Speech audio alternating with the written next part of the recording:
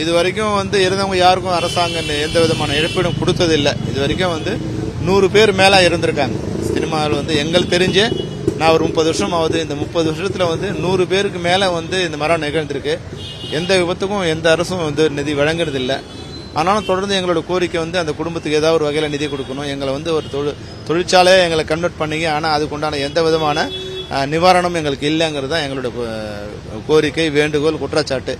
அதை வந்து இந்த முறையும் எங்களுடைய குரல் வந்து இறந்த உயிருக்கு ஏதாவது ஒரு வகையில் குடும்பத்துக்கு வந்து நிவாரணம் வழியுங்கள் தான் எங்களுடைய வேண்டுகோள். நிச்சயமா அது எல்லாம் அது தயாரிப்பாளர் கொடுத்துருவாங்க.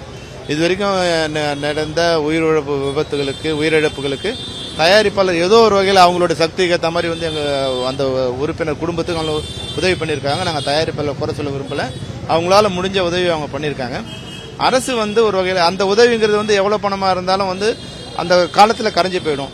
அந்த குடும்ப தலைவன் இருந்தால் அது வாழ்நாள் முழுக்க அந்த குடும்பத்துக்கு ஒரு பாதுகாப்பாக இருக்கும். அந்த வகையில் அது போல ஏதாவது ஒரு பாதுகாப்பை, நிவாரணத்தை அரசு வந்து இது மாதிரி உயிரிழந்த குடும்பங்களுக்கு தர வேண்டும் என்பதுதான் இந்த நேரத்தில் எங்களோட வேண்டுகோள்.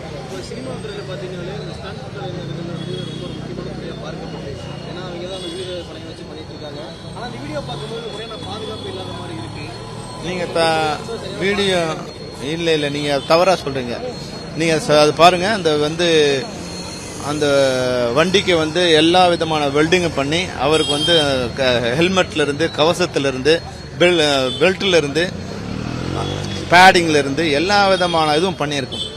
அதனால இது வந்து என்னென்னலாம் பாதுகாப்புக்கு அந்த இது பண்ணணுமோ அந்த எல்லா விதமான பாதுகாப்பும் நடந்திருக்கு. அதை மீறி தான் அந்த விபத்து நடந்திருக்கு.